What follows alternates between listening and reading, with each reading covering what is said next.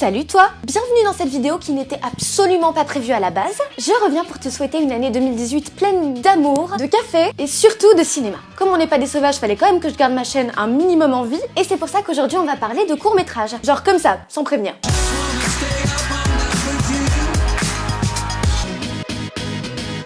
En fait, la vraie raison, c'est que cette année, comme l'année dernière, le Nikon Film Festival m'a contacté pour faire partie du jury des médias. Alors déjà, vraiment, merci à eux, parce que c'est un événement que je suis depuis quand même pas mal de temps déjà. Et c'est vraiment une immense fierté de pouvoir y participer, même à toute petite échelle. Alors du coup, tant qu'à faire, vu que la sélection officielle a été communiquée il y a un petit moment, je me suis dit, pourquoi pas vous partager mes coups de cœur. Et puis comme ça aussi, j'en profite pour vous faire un petit topo sur le thème du court-métrage de manière plus large, histoire de vous faire quand même un mini cinéphile facile. Après, pourquoi pas faire ça avec d'autres thèmes, on verra. Alors surtout, n'hésitez pas à me dire à la fin de la vidéo dans les commentaires si c'est un concept que vous aimeriez revoir. Et je vais aussi en profiter pour glisser quelques mots sur un film qui n'a aucun rapport avec le Nikon, mais on m'a contacté pour en parler et franchement je trouvais vraiment intéressant le fait de parler de ce film parce que c'est un court-métrage fantastique et que vous connaissez mon amour pour le cinéma de genre, on se refait pas. Donc rendez-vous tout à l'heure, je vais vous parler d'un petit court-métrage pas piqué des hannetons qui s'appelle L'étrange journée de Monsieur Goodman. Et puis on va pas se mentir, j'ai parlé que d'un seul court-métrage sur cette chaîne alors que le sujet est tellement plus vaste que je pouvais pas m'imiter qu'à ça. Je vous mets la vidéo dans la petite fiche pour ceux qui ne l'auraient pas vu. Donc entrons dans le vif du sujet. Qu'est-ce que c'est un court-métrage?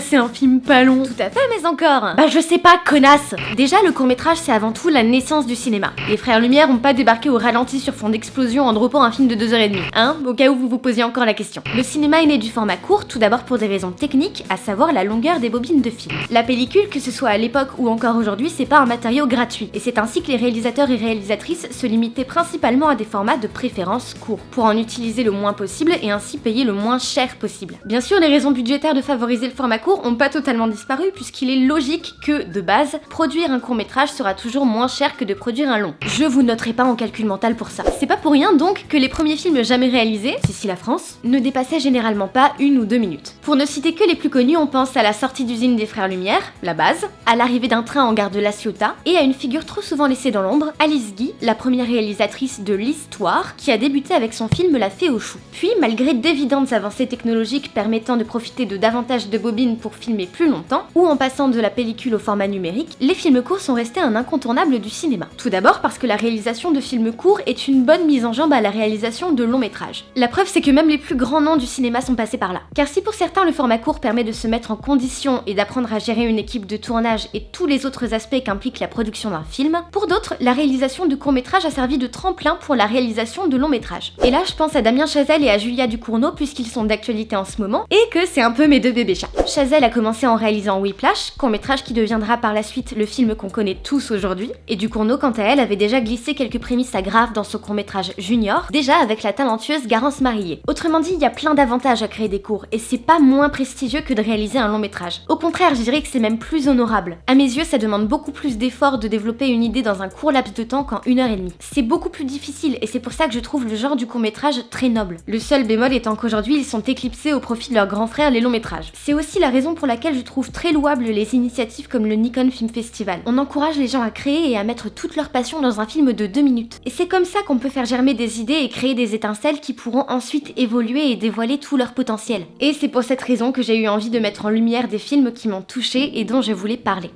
On commence avec le coup de projecteur du jour.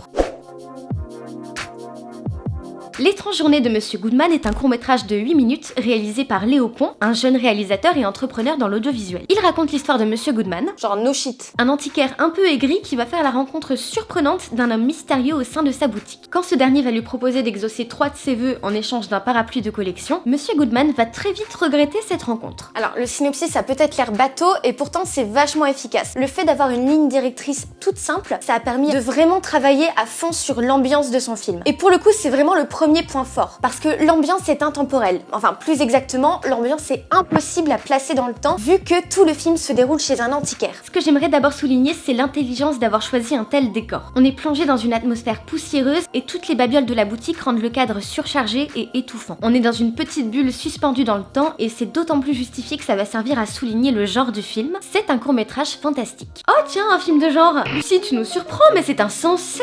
Oui, Je sais. Et en effet, le genre n'est pas choisi au hasard. Léo Pont définit son film comme étant librement inspiré de l'ambiance de la 4ème dimension, la meilleure série du monde. Et franchement, j'applaudis parce que mon côté fangirl a sursauté rien qu'en entendant la voix du narrateur. Ils ont eu le prestige d'avoir Guy Chapelier en personne pour raconter l'histoire, et ça c'est stylé, putain. Si je me penche un peu plus dans le côté analytique, le premier truc qui m'a sauté aux yeux, c'est que le film m'a semblé inspiré du mythe de Faust. Monsieur Goodman conclut sans le savoir un pacte avec le diable, mais va très vite regretter sa décision qui va le pousser dans ses retranchements. Avantage, permettre un développement du personnage pertinent, qui est passé d'homme blasé à homme plus ouvert d'esprit, puisque cette rencontre lui a donné une leçon. Inconvénient, ça va de pair, mais la morale est tout de même assez convenue et on s'y attend. Mais le film n'en reste pas moins très beau, que ce soit dans la réalisation, dans le montage, tout est archi soigné et ça fait vraiment plaisir de voir autre chose que des films ancrés à 100% dans le réel. En même temps, je suis grave pas objective parce que le film est inspiré de la 4ème dimension et je me bouffais cette série quand j'étais gamine. La 4ème dimension.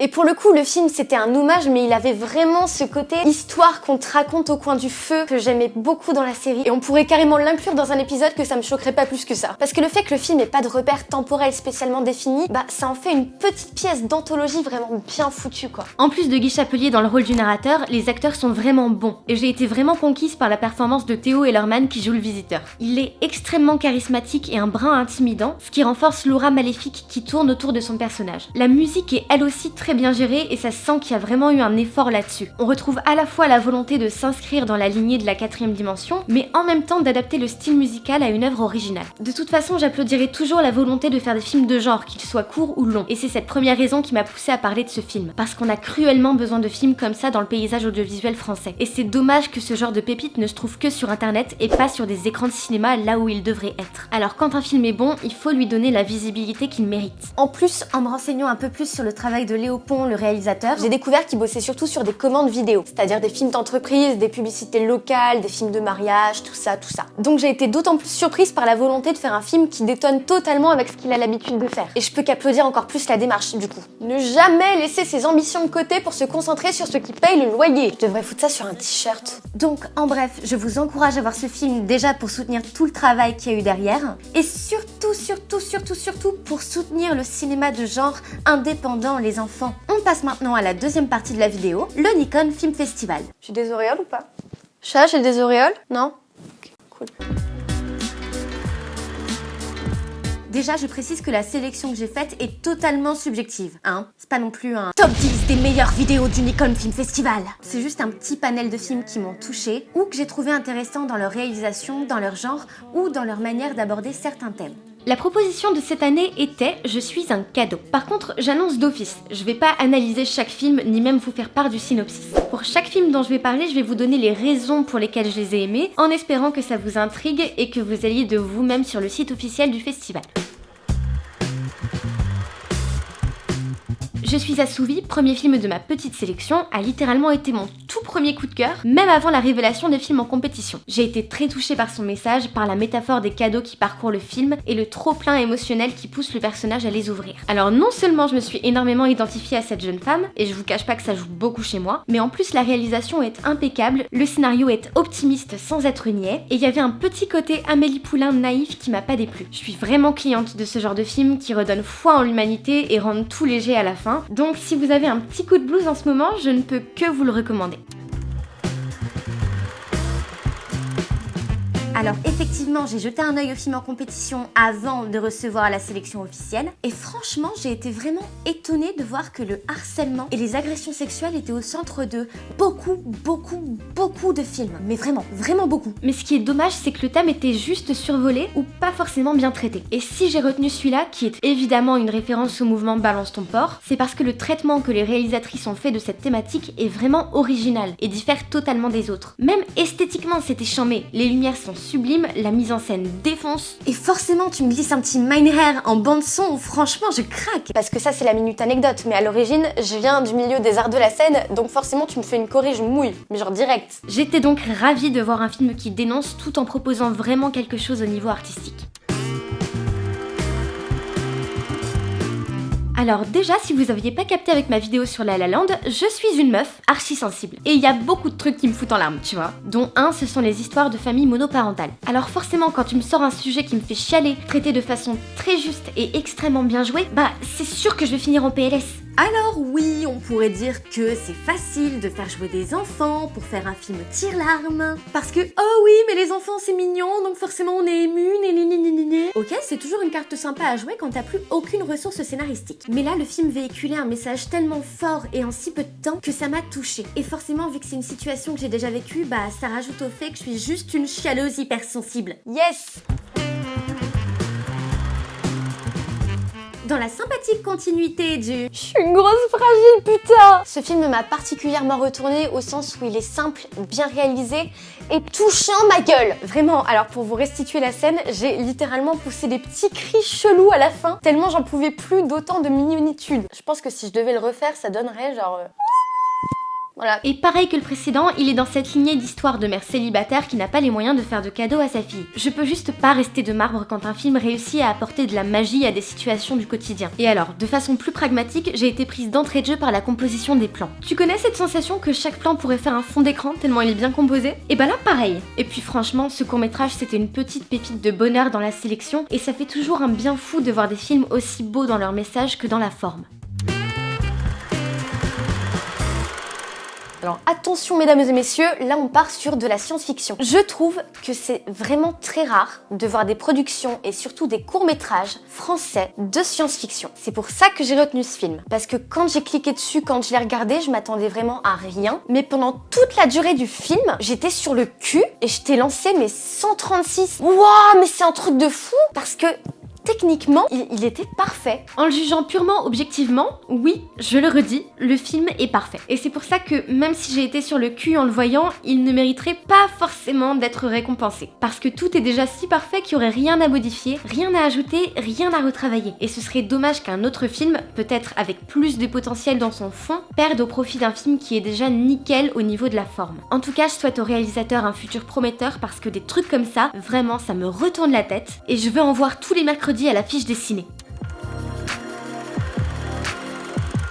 Pour ce dernier court-métrage, c'est évident qu'il ne pouvait pas ne pas me taper dans l'œil. Tu me fous un format en 1 par 1 et des plans à la Wes Anderson, crois-tu pas que je vais kiffer? Je suis vraiment trop facile à convaincre, sérieux. Mais en plus de ces parties pris esthétiques qui, of course, m'ont fait mouiller ma culotte, le film dans sa globalité est très bien foutu et très original. L'idée de base est toute conne, mais vraiment fallait y penser quoi. Donner vie aux cadeaux un peu nuls qu'on reçoit et dont on veut se débarrasser, c'est totalement absurde, mais en plus ça donne vraiment un résultat très drôle. L'acteur principal, même si on ne voit pas son visage, a une super gestuelle et le montage est super efficace. La mise en scène est au top et un petit côté théâtral qui sert parfaitement bien le scénario. Bref, c'était un peu le film ovni de ma sélection, mais j'en ai toujours des coups de cœur un peu absurdes comme ça. Et puis bon, même l'année dernière, c'était un film comme ça qui avait retenu toute mon attention et que j'avais placé numéro 1. Ça y est, on arrive à la fin de ma petite sélection de courts-métrages. Je vous mets bien sûr tous les liens dans la barre d'infos si vous voulez aller jeter un œil. J'ai fait exprès de pas trop vous dévoiler les synopsis, histoire que ça vous intrigue un peu et que ça vous pousse à aller voir par vous-même. Sachant que cette vidéo est censée sortir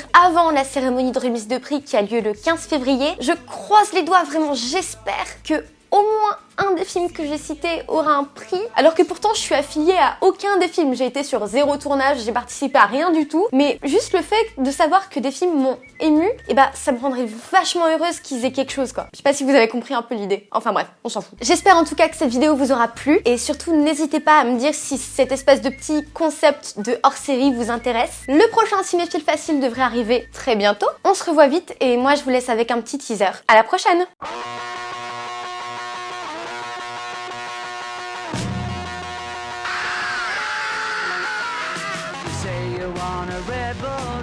Le train ne marche plus, maintenant ça va être les métros et les bus.